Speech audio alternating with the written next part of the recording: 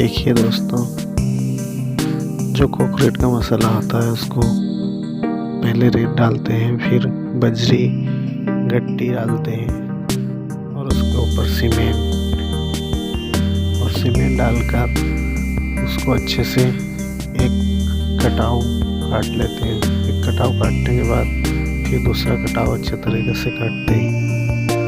फिर दूसरा कटाव अच्छे कटने के बाद तीसरी बार भी काटते हैं और उसमें क्यारा बनाकर पानी डालते हैं और पानी डालकर उसको फिर फावड़े की सहायता से जो भी चीज़ आपके पास हो उससे अच्छा मिला लेते हैं गीला करके।